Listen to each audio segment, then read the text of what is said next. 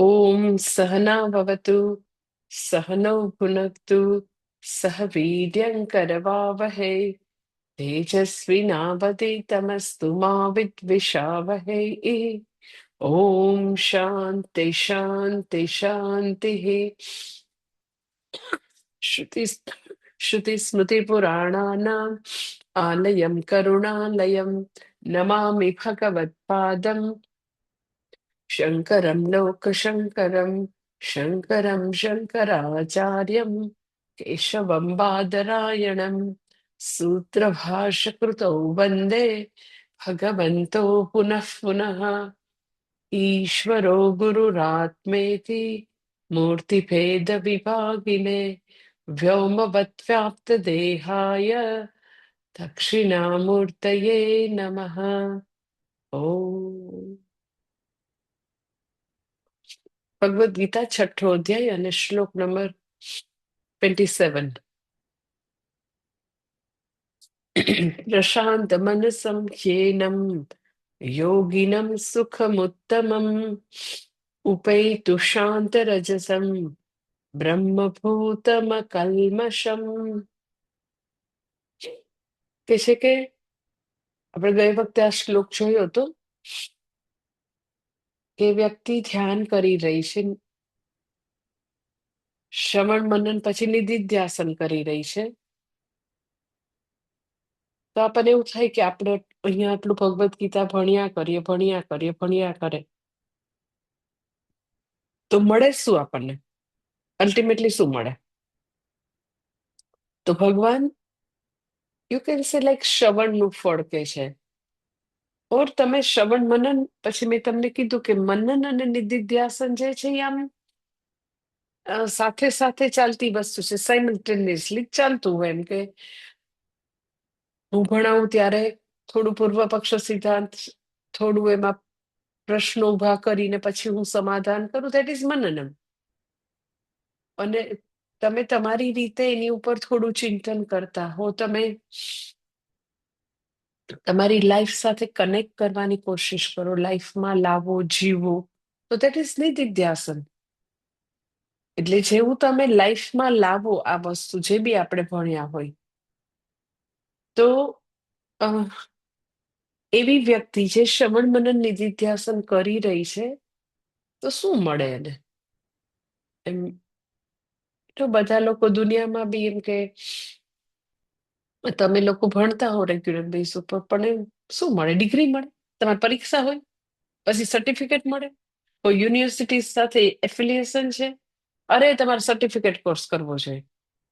એક બોમ્બેમાં એક બેન છે, તો એ જ્યારે ને ત્યારે એટલે એને ખબર નથી, જે લોકો એમ કે ખૂબ જ દુનિયાવી વસ્તુમાં આમ ડૂબેલા હોય ને, તો એના એ જ બધી વસ્તુ દેખાય. એટલે અત્યારે આપણે હમણાં ફેબ્રુઆરીથી સ્વામીજી છે 1 યર રેસિડેન્શિયલ કોર્સ શરૂ કરે છે, તમને ખબર છે બધાને, કે જેમાં બધા રહેશે અહીંયા જ આપણા આશ્રમમાં, રાજકોટ અને બરોડા. અને એ લોકો અંતેવાસી તરીકે અમુક ટેક્સ્ટ ભણાવશે સ્વામીજીને, અમુક ટેક્સ્ટ તો હું ભણાવીશ, લાઈક ભગવદ્ ગીતા, એક અમુક ઉપનિષદ, સંસ્કૃત, ચાન્ટિંગ, એવું બધું. તો જેવો કોર્સ ડિક્લેર થાય ને એટલે તરત જ એ અમુક લોકો છે, તો અરે કે તમારી લોકો સર્ટિફિકેટ આપવા જોઈએ, તમે આ યુનિવર્સિટી સાથે કરી લો, અમે અમારી સંસ્થામાં યુનિવર્સિટી સાથે કરીશું, તો એ લોકોને બધા સર્ટિફિકેટ મળે, 1 યર કોર્સ કરવા આવે છે. એટલે કેવું છે કે એક્ઝેક્ટલી એને છે ને આમ કોઈ બેઝિક્સ, જે સ્પિરિચ્યુઅલ લાઈફ, અધ્યાત્મની યાત્રાની કોઈ બેઝિક સીધી સાદી સમજ નથી કે એ બધી ડિગ્રીઓ એ દુનિયાવી અચીવમેન્ટ્સની સીમારેખા પૂરી થાય પછી અધ્યાત્મ શરૂ થાય. એવું એને કેવી રીતે સમજાવું કે એ બધા સર્ટિફિકેટ જે છે એને સાવ પસ્તી જેવા દેખાય, એને ખબર પડે કે એક્ઝેક્ટલી મને જે પરમ સુખ જોઈએ છે એ આમાં કશામાં નથી. પછી તો સ્પિરિચ્યુઅલ જર્ની ખરેખર શરૂ થાય. એટલે બીજા અધ્યાયમાં જે અર્જુન એમ કે નહીં પ્રપશ્યામિ યચ્છોકમુચ્છોષણમ ઇન્દ્રિયાણમ, કે ભગવાન મને બધું જ પ્રાપ્ત થઈ જાય, ત્રણેય લોકનું નિષ્કંટક સમૃદ્ધ રાજ્ય પ્રાપ્ત થઈ જાય, તો બી મને નથી લાગતું કે મને જે સંતાપ છે, શોક છે, એ કોઈ બી રીતે દૂર થાય.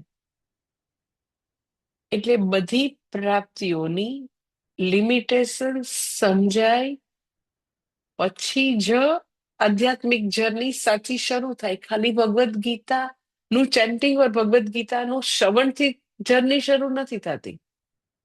એટલે હું તમને ઘણી વાર કહું, પૂજ્ય સ્વામીજી એવું કહેતા કે આખો બીજા અધ્યાયમાં આટલા શ્લોક છે, 72 કેવા છે ને, તો એમ કે એમાં સૌથી એમ કે આમ એકદમ ઇમ્પોર્ટન્ટ શ્લોક, સૌથી જેને કહીને એક જ શ્લોક એટલે આખો બીજો અધ્યાય, એવો જો કોઈ શ્લોક હોય તો એ હંમેશા કહેતા વ્યવસાયિત્મિકા બુદ્ધિ એકેહ કુરુ નંદન બહુશાખાય અનંતાસ બુદ્ધયો અવ્યવસાયિના.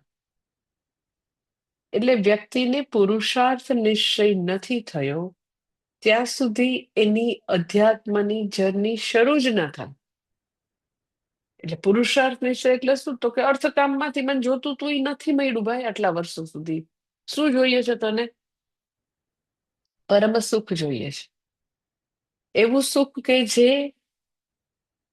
આવતું જાતું નથી, જે હંમેશા રહેશે, જે નિત્ય છે, જે સ્વરૂપભૂત છે, જે સુખ જે છે એ કોઈ બાહ્ય પરિસ્થિતિ ઉપર આશ્રિત નથી, વિષયો ઉપર. તો મને એવું પરમ સુખ જે છે એ જોઈએ છે. એવું બધા જાણીએ અજાણીએ બધા એ ઝંખે છે. ભલે એની પાસે એને જે જોઈએ છે એ વ્યક્ત કરવાનું, એ માંગવા માટેના પ્રોપર શબ્દો ન હોય કે અમે બધા નિત્ય સુખના ઈચ્છુક છીએ અને અર્થકામમાંથી અનિત્ય મળી રહ્યું છે. ઓકે, એવા શબ્દોથી ફ્રેમ ન કરી શકતા હોય પોતાની મૂંઝવણને.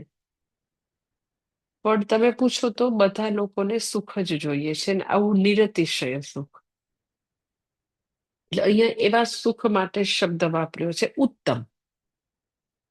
એટલે મેં ગઈ વખતે તમને કીધું કે ઉત્તમ શબ્દ ગુજરાતીનો નથી. ઉત્તમ શબ્દ જે છે એ કેવો છે? ગુજરાતીમાં આપણે ઉત્તમ શબ્દ જે વાપરીએ ને એમાં કદાચ એવું છે કે આ ઉત્તમ છે તો આ સારું છે, આ વધુ સારું છે.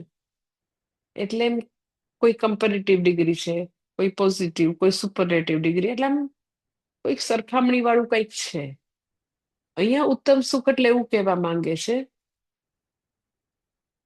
કે હું સચ્ચિદાનંદ આત્મા, હું સુખ સ્વરૂપ, હું પૂર્ણ સ્વરૂપ, એ સુખ જે બાહ્ય પરિસ્થિતિઓ પર ક્યારે આશ્રિત નથી.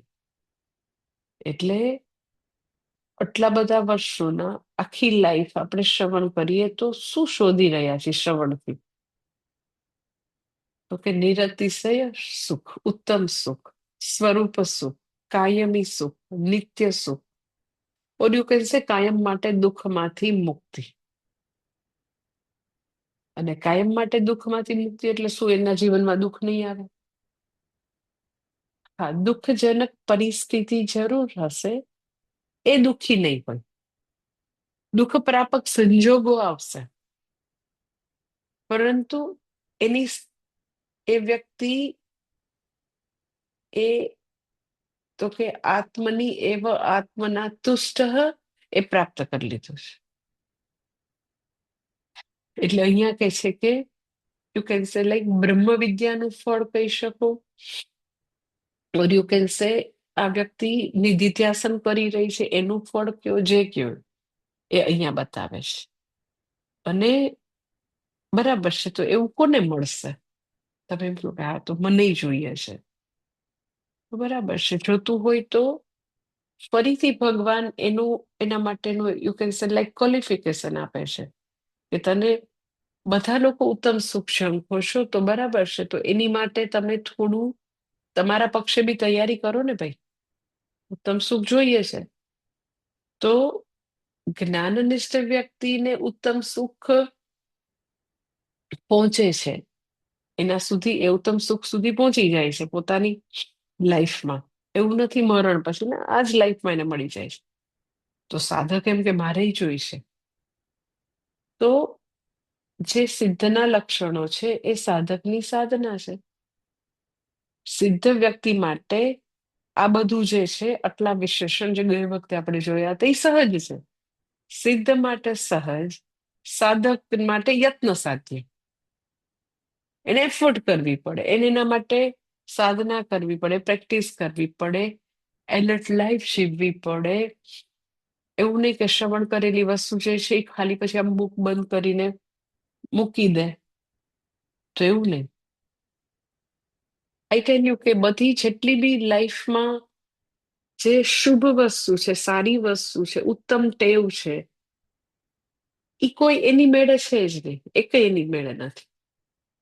એ બધા માટે વ્યક્તિએ પૂરા એફર્ટ મૂકવા પડે, ખૂબ જ પ્રયત્ન કરવા પડે. એટલે તમને હું આજે આમ જો ઇંગ્લિશ કેલેન્ડરના છેલ્લા દિવસોમાં વાત કરું છું. એટલે તમે નવા વર્ષથી હજી નવા સંકલ્પો લઈ શકો. નો ડાઉટ આપણું નવું વર્ષ નથી, પણ સ્ટીલ હવે આ સચ આપણે બધા આપણા જે કામ જે છે, આપણું ઓફિસીસ હોય, આપણા પોતાના પર્સનલ કામ, એ બધા ઇંગ્લિશ કેલેન્ડર પ્રમાણે અનુસરીએ છે. એટલે તમારે હજી બી તમારા હાથમાં સમય છે કે 1 જાન્યુઆરીથી અમે આટલું આટલું કરશું એવો સંકલ્પ કરી શકાય. એમાં પહેલો સંકલ્પ આ છે કે જે શ્રવણ કરેલું છે એને હું મારી લાઈફમાં લાવવાનો પૂરતો પુરુષાર્થ કરીશ.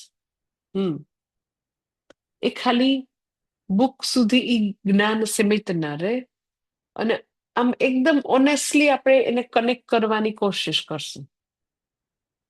એ મેં સવારે લખ્યું કે હમણાં રવિવારે તૈતરી ઉપનિષદના ક્લાસમાં હું કહેતી હતી. એટલે આમ એવું ડિફિકલ્ટ છે બધા માટે કે જે રોંગ ઓરિએન્ટેશનથી, કન્ડિશનિંગથી જીવન જીવતા હોય, એમાંથી પોતાની જાતને આમ ઉઠાવીને બહાર લાવવી એમ ડિફિકલ્ટ છે એમ. એટલે હું સવારના ક્લાસમાં એ જ વાત કરતી હતી એકવાર હમણાં રવિવારે, કે આમ એનું એક આખું સમાજનું એક એવું કન્ડિશનિંગ છે કે બધું છુપાવવું, દંભ કરવું, પ્રશ્નો, સમસ્યાઓ જે છે એ નથી કહીને મોઢું હસતું રાખવાનું, જે છે એવી રીતે જગતને ફેસ નહીં કરવાનું, એને આવા દંભના પડદા પહેરાવ્યા કરવાના. તો એ યુનિવર્સલ કન્ડિશનિંગ છે ઇન્ડિયામાં, તો કે નહીં જ કહેવાનું કોઈને. તો બધી જે સમસ્યાઓ છે એ સચ તમે અટેન્ડ ન કરો, કોઈને કયો નહીં, એટલી કઈ સમસ્યા એની મેળે સોલ્વ ન થઈ જાય. પણ એવું જે દંભનું સામ્રાજ્ય છે, જ્યાં ઋતમ નથી, જ્યાં સત્યમ નથી, તો કેવી રીતે ત્યાં ભગવાન આવશે? એટલે હજી બી આપણી પાસે સમય છે કે આપણે એવા બહુ જ ડ્રાસ્ટિક મોટા પરિવર્તન લાવવા જોઈએ કે હા, આપણે ખૂબ જ પ્રમાણિક લાઈફ જીવવાની કોશિશ કરશું. પ્રમાણિક સંવાદો હશે, બધી જ એમ કે ઓનેસ્ટ, બધું ક્લીન વ્યવહાર હશે. આને આમ કીધું, આને આમ નહીં કહેવાનું, ઓલાથી આ છુપાવવાનું, ઓલાને ખરાબ લાગે. નો, જીવનમાં એક ખાલી 1 જાન્યુઆરી આટલો મંત્ર લઈને ચાલી શકાય કે હું ખાલી ડરીશ તો ભગવાનથી જ ડરીશ, કે અધર્મથી જ ડરીશ. દુનિયાની કોઈ વ્યક્તિ જે છે એ શું કહેશે, શું વિચારશે, હું જ્યારે એને યથાવત વસ્તુ કહીશ તો એ લોકો કેવી રીતે ઇવેલ્યુએટ કરશે, મારે એના વિશે નથી વિચારવું. હું એક જ વસ્તુ વિચારીશ, ધેટ ઇઝ શ્રી પરમેશ્વર પ્રીત્યર્થમ ઇદમ અહમ કરીશ. હું જે કઈ કરીશ મારા ભગવાનને રાજી રાખવા. એટલે હું આમ સવારે પૂજા કરું ને તો એ સંકલ્પ આવે ને, ઓમ મમોપાત સમસદુરિત ક્ષય દ્વારા શ્રી પરમેશ્વર પ્રીત્યર્થમ. તો મને એ સંકલ્પ કરી લીધા પછી આમ પૂજા કરીને બહાર આવતી હતી ને તો મને એ વિચાર આવતો હતો કે જસ્ટ આઈ વોઝ થિંકિંગ કે આપણા શાસ્ત્ર, આપણા વેદ કેટલા મહાન છે. કે રોજ તમને એમ કે તારે ખાલી ભગવાનને ખુશ રાખવાનો છે. આ પબ્લિક પ્લીઝિંગ પર્સનાલિટી છે, લોકો શું કહેશે, લોકોને ખુશ રાખવા એ તારે કરવાનું જ નથી. યુ નો લોકો હંમેશા પોતે દુઃખનો બોજ ઉઠાવીને ફરે. અરે પણ એને કહું તું ઈ શું વિચારશે, ઈ શું કહેશે. એટલે હું ઈ સવારે પ્રવચનમાં રવિવારે જ કહેતી હતી કે એક બીજી વ્યક્તિથી દુઃખ થાય તમને, અને તમે ઈ કેટલોય વખત સુધી ભાર લઈને ફરો, તો તમને ઈ ચોઈસ છે કે ઈ ભાર થોડોક એને આપવો, કે તમારે આવું અમસ્ત એવું દુઃખનું પોટલું લઈને ફરવું. પછી બધે તમે આમ એકદમ જ હસતું મોઢું રાખીને કાંઈ નથી, બધું બરાબર, બધું બરાબર, બધું બરાબર. એટલે નવા વર્ષનો આ સંકલ્પ કરી શકાય કે હું હવે પછીનું જીવન એવું જીવીશ કે મને ડર લાગે તો લોકો શું કહેશે, વિચારશે, એનો ડર ન લાગે. મને એક જ ડર લાગે, દેટ ઇઝ અધર્મનો, પાપનો. અને હું એકને જ ખુશ કરીશ, અને કોને, તો કે મારા પ્રભુને, શ્રી પરમેશ્વર પ્રીત્યર્થ. ઇટ્સ સો બ્યુટીફુલ કે વ્યક્તિ અધર્મથી ડરતી રહે અને ઈશ્વરની પ્રીત્યર્થે ઈશ્વર શેનાથી પ્રસન્ન થાય, તો કે હું ધર્મનું જીવન જીવું, હું કર્તવ્ય પરાયણતાનું જીવન જીવું. પણ પછી લોકો આમ કહેશે તો ઈ જો કે આપણા સનાતન ધર્મની શું મહાનતા છે, તારી વિચારવાનું જ નથી લોકો શું કહેશે. અને આપણે એના સિવાય બીજું ન વિચારીએ કઈ. એટલે હું કાયમ કહું કે જો લોકો શું કહેશે ઈ પણ આપણે વિચારવા માંડીએ તો લોકો બિચારા શું વિચારશે, એટલું તો છોડી ગયું એના માટે, એને વિચારવા દો ને. એટલે આવો નવા વર્ષનો સંકલ્પ કરી શકાય ને. એ બધી ગડમથલમાંથી, મેન્યુપ્યુલેશનમાંથી, કાવા દાવા ખટપટ, આને આ કહેવાય ને આને ન કહેવાય ને, આ તો પછી મારી પુત્ર વધુનું હું પછી કોઈકને કહી દઈશ તો મને બધા કાપી નાખશે, બધા મારું સમાજમાં ખરાબ બોલશે. Let it be like this. ડરવાનું હોય તો ખરેખર એક જ ભગવાનના કાયદાથી જ ડરવાનું હોય, બાકી ક્યાંય નહીં. જેને જે બોલવું હોય બોલે. લોકો તો કઈ બી કરો તો બોલવાના જ છે. એટલે આવી બધી વસ્તુનો ટ્રાફિક જામ મનમાંથી ઓછો થાય તો પ્રશાંત મનસમ, તો એનું મન શાંત થશે. પ્રશાંત મનસમ શાંત રજસમ અકલ્મષમ બ્રહ્મભૂતમ, આ તો આવે. એટલે આ બધું મેં ગઈ વખતે કીધું હતું કે સિદ્ધ માટે સહજ છે. સાધકે શું કરવાનું, તો સાધકે પોતે આવી રીતે પ્રશાંત મનસમ, પ્રશાંત પોતાનું મનને શાંત રાખવા માટે અનનેસેસરી ટ્રાફિક જામ, અનનેસેસરી જે ઇમોશનલ બેગેજ છે એને તો વિદાય કરવું પડે. એટલે બધા ભલે ભગવદ્ ગીતા ભણે, પણ મેં આવું જોયું છે કે એટલું બધું સમાજનું અને લોકોનું એટલું બધું વેલ્યુ ને એટલું પ્રેશર, તો એવી સમાજ અને લોકોની આટલી જે પ્રેશર જે છે, અને અનનેસેસરી અધર્મની વસ્તુ લોકો કરતા હોય, તમે છુપાવ્યા કરો ને આટલું લોકોની વેલ્યુ હોય, એની 5% બી ભગવાનના શબ્દોની વેલ્યુ રાખે તો ભવસાગર તરી જાય. ભગવાનના શબ્દોની, ભગવાનની આજ્ઞાની, ભગવાનને પ્રસન્ન કરવાની વેલ્યુ જ નથી. આઈ ડોન્ટ નો લોકોને પ્રસન્ન કરીને શું મળશે. એટલે લોકો બેસીને એવું નથી આમ વિચારતા કે હું એને પ્રસન્ન કરું, પણ આમ યુનિવર્સલ કન્ડિશનિંગ છે કે લોકો શું કહેશે એ પ્રમાણે જાતને એડજસ્ટ કર્યા કરવાનું. એટલે મન પ્રશાંત મનસમ, મન જે છે એ શાંત ત્યારે થશે કે જ્યારે સાધક તરીકે આપણે સામાન્ય ધર્મ અને વિશેષ ધર્મનું બરાબર પાલન કરતા હોય. તો સામાન્ય ધર્મ અને વિશેષ ધર્મનું પાલન આવા કોઈ પણ પ્રકારના બોજ વિના. લગભગ લોકોને મેં જોયું છે કે પોતે ફેમિલીના જે હર્ટ છે, જે ગિલ્ટ છે, પોતે જે લોકો સાથે રિલેટ કરે, તો એ બધું તો રહેવાનું છે. તો રિઝોલ્વ કરવું જ નથી.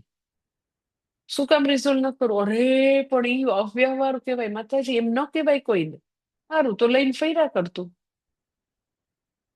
એટલે એ થોડી આમ કે આમ પોતાની પર્સનાલિટીમાં બહુ ડ્રાસ્ટિક, બહુ મોટો ચેન્જ લાવવાની વાત છે.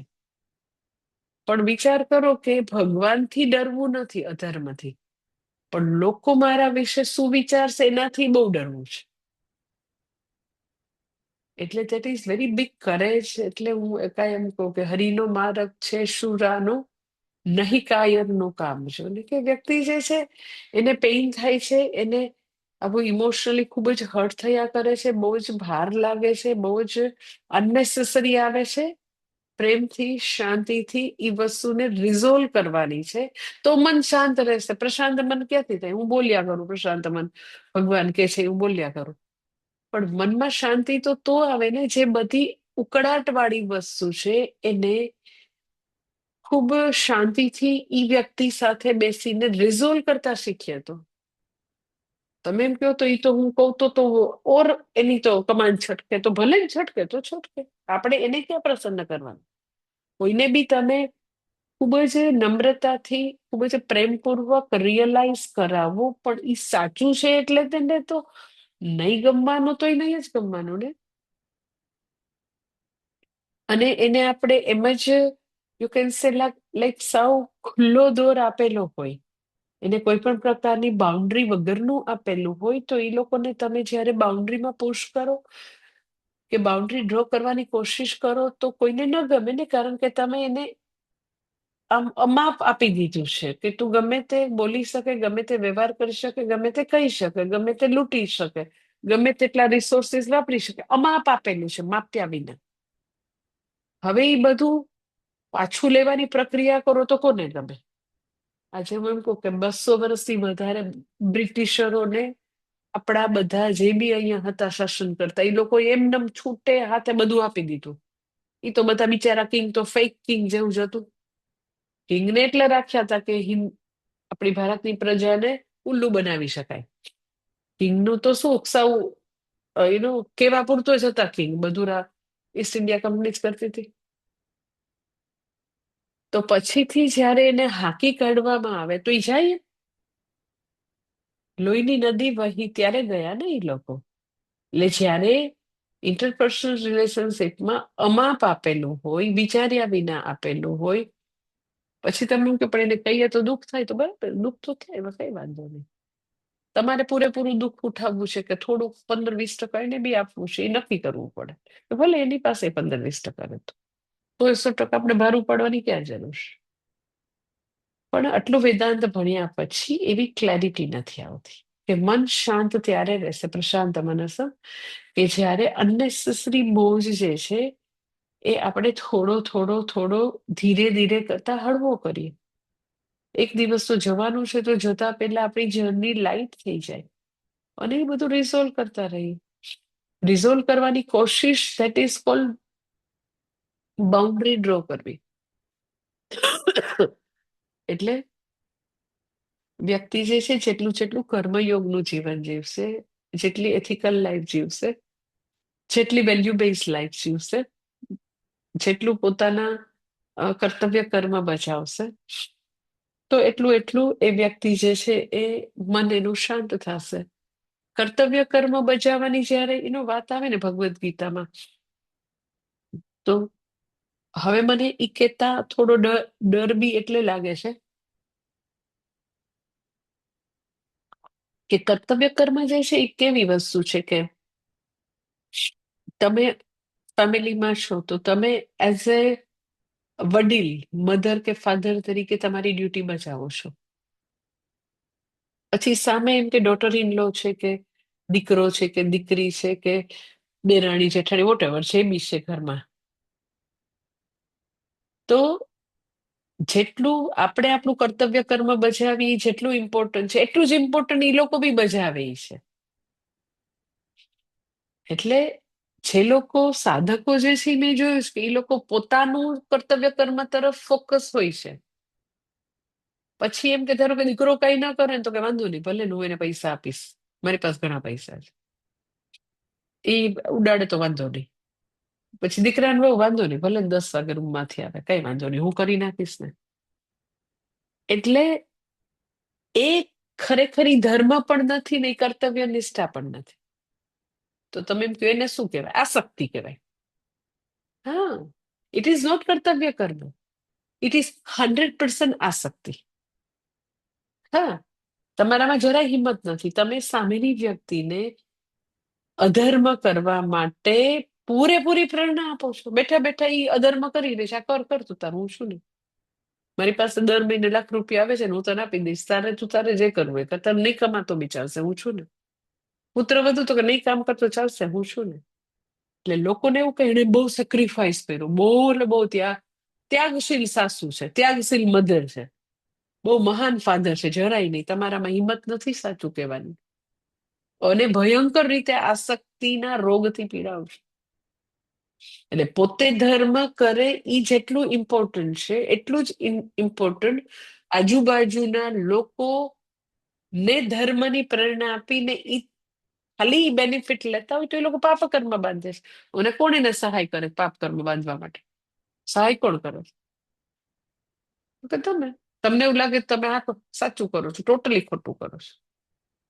હા, ના નો કરે તો કઈ નહીં, હું કરી નાખું છું,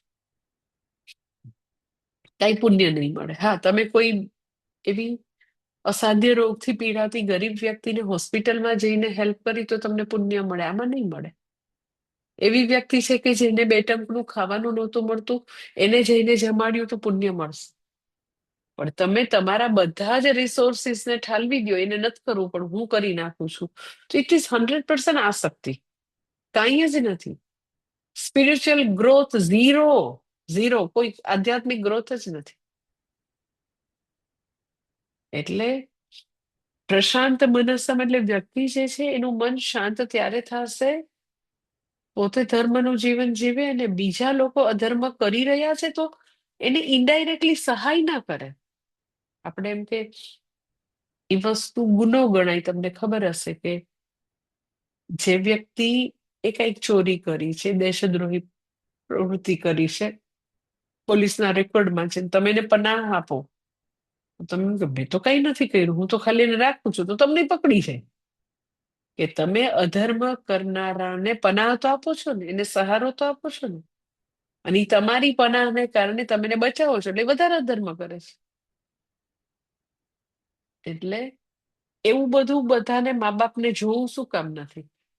એમાં આસક્તિના બધા પંડળ શું કામ રાખવા? તો કે એની બધી જ ક્લેરિટી પોતાના સંતાન સિવાય બારે પૂરેપૂરી ક્લેરિટી. અહીંયા ને જોવું નથી ને વિચારવું નથી. એ 5 વર્ષનું હોય ત્યારે જે રીતે કરતા હોય એના માટે 2 વર્ષનું, એવું એને 40 વર્ષે 50 વર્ષે કરતા જ રહેવું છે. So it is very big thing કે પ્રશાંત મને સમજે છે એ તમને એ એ એવો મહાન વર્ષ્યું મન છે. આવું પ્રશાંત ખાલી શાંત નથી કહેતા, પ્રકર્ષેણ શાંત, કે ખૂબ જ એનું મન શાંત છે, સ્વસ્થ છે, ગ્રાઉન્ડેડ છે વ્યક્તિ. ક્યારે? તો કે પોતે ધર્મનું જીવન જીવે છે અને એનો લાભ લઈને બીજા અધર્મ આચરે તો એ આચરવાય નથી દેતા. કે આપણે શું કામ એનો રોકીએ નહીં? કારણ કે ના, મારે ખરાબ નથી થવું, મારે તો એની ગુડ બુકમાં જ રહેવું છે. એની ગુડ બુકમાં રહેવા માટે ઈ આવું અસંખ્ય અધર્મ કરે, એને પૂરેપૂરા મા બાપના રિસોર્સિસ નીચોવે, એને પરેશાન કરે તો બી બધું કરવા દે. ના ના, ઈ પછી મારા છોકરો છે ઈ મારા વિશે ખરાબ બોલે ને. એટલે કહું છું કે ખાલી આટલો સંકલ્પ તમને ક્યાં સુધી પહોંચાડી દે કે હું ખાલી નવા વર્ષથી ઈશ્વર પ્રીત્યર્થે જ જીવન જીવીશ, કે મારું ભગવાન શેમાં રાજી થાય. મારે મારા દીકરા દીકરી કઈ મારા ભગવાન નથી, મારે નથી એમાં જોવું. મારે એટલું જ જોવું છે કે મારો ભગવાન શેમાં રાજી થાય.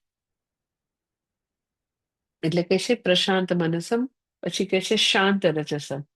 શાંત રજસમ, રજસ ગુણ જે છે એની અભિવ્યક્તિ બહુ બધી એમ કે એની અભિવ્યક્તિ સ્વાર્થપરાયણતામાં આવે. જોયું કે આ તો બહુ સેલ્ફિશ છે, આઈ મી એન્ડ માય સેલ્ફ. તો એ બહુ જ સ્વાર્થપરાયણ વ્યક્તિ, દેટ ઇઝ રજસ ગુણની પ્રધાનતા, ખૂબ જ રજસ ગુણ. અને એટલો બધો રજસ છે, એટલી બધી સ્વાર્થપરાયણતા, એ મેં તમને વાત કરી હતી કે એનાથી શું થાય? તો રજસ ગુણની આવી ખાલી પોતાના વિશે જ વિચારવું, બીજા કોઈનું વિચારવું જ નહીં. તમે એમ કહો પણ એ વ્યક્તિ બીજાને તો નડતી નથી, શું કામ? ભલે નહીં પોતે પોતાનું કરે, બધા માટે એની ડ્યુટી થતી હોય, ખાલી પોતા વિશે વિચારે એટલે મેં એવા સ્વાર્થી લોકો જોયા છે, વેરી વેરી નાર્સિસિસ્ટ લોકો, એકદમ જ એવા જોયા છે કે એ પોતાના અચીવમેન્ટ્સ, પોતાનું જે કંઈ હોય, નાનકડું ખાવા પીવાથી માંડીને બધી જ પોતાની વસ્તુઓ માટે, પોતાની હેલ્થ માટે, પોતાના ખાવા પીવા, પોતાની લાઈક કારકિર્દી માટે, એ ખાલી પોતે પોતાના માટે પૂરેપૂરા સમર્પિત નાર્સિસિસ્ટ એટલું નહીં, એ બીજાનું જે થવું હોય થાય. હું તમને ખાલી એક્ઝામ્પલ આપું, એમ કે એકદમ સ્વાર્થપરાયણતા આમ ઘરમાં તમને જોયું ને નાની નાની, તો એમ કે ધારો કે ઘરનો એવો નિયમ હોય કે બધા લોકો બપોરે 12 સાડા 12 જમી લેતા હોય, તો એમ કે ના મારે તો મારું આ કામ છે ને મારું તો હું તો મારી મેળે 2-2:30 વાગે જમીશ ને, ત્યારે એની વાઈફ ને કે તાર મને ગરમ કરી દેવાનું, તો સાંજે તો કે હું તો 9 વાગે જમીશ. આખું ઘર જે ચાલે એનાથી એને ઊંધા હાલવાનું હોય. નો બિગ રીઝન, એવું નથી કે એને આમ મહાન મિટિંગો છે ને ઈ ઊભા ન થઈ શકે, પણ એને એનું જીમ છે, એને એનું આ છે, એનું તે છે. એટલે જ્યારે પોતે પોતાના કોઈ પણ ગોલ, પોતાની વસ્તુ હાંસલ કરવાની પ્રક્રિયામાં હોય, ત્યારે બીજા લોકોનું જે થવું હોય, તમે હેરાન થાવ, તમે આખો દિવસ ટીંગાયેલા રહ્યો, તમારું આખું રૂટીન ખરાબ થઈ જાય, ઘરમાં બધાનું જે થવું હોય થાય, પણ એ ખાલી ફોકસ એમાં જ હોય કે મારું મારું કેરિયર, મારું હેલ્થ, મારું જીમ, મારું ફલાણું, એ બધું સચવાવું જોઈએ. તો જ્યારે આવા બહુ જ સ્વાર્થી લોકો એ પોતાના સ્વાર્થ સિદ્ધ કરવા માટે બીજાના હકો ડૂબાડી દેતા હોય, એને ખબર ન હોય, એટલે સ્વાર્થપરાયણતા જે છે એ અધર્મ છે. સ્વાર્થપરાયણતા કેવી છે, તો કે લાઈક કે ફોગ હોય તો કેમ એનો પ્લેન જે છે એ ટેક ઓફ ન કરી શકે ફોગ હોય તો, કારણ કે વિઝિબિલિટી જ ન હોય. એમ જે સ્વાર્થપરાયણતા હોય તો ઈ ફોગ જેવી છે કે એને જરાય આત્માનું દર્શન થાય, જરાય ભક્તિ કરી શકે એવું હોય જ નહીં, કારણ કે એની બુદ્ધિ આડે આવું ફોગ આવી ગયું હોય.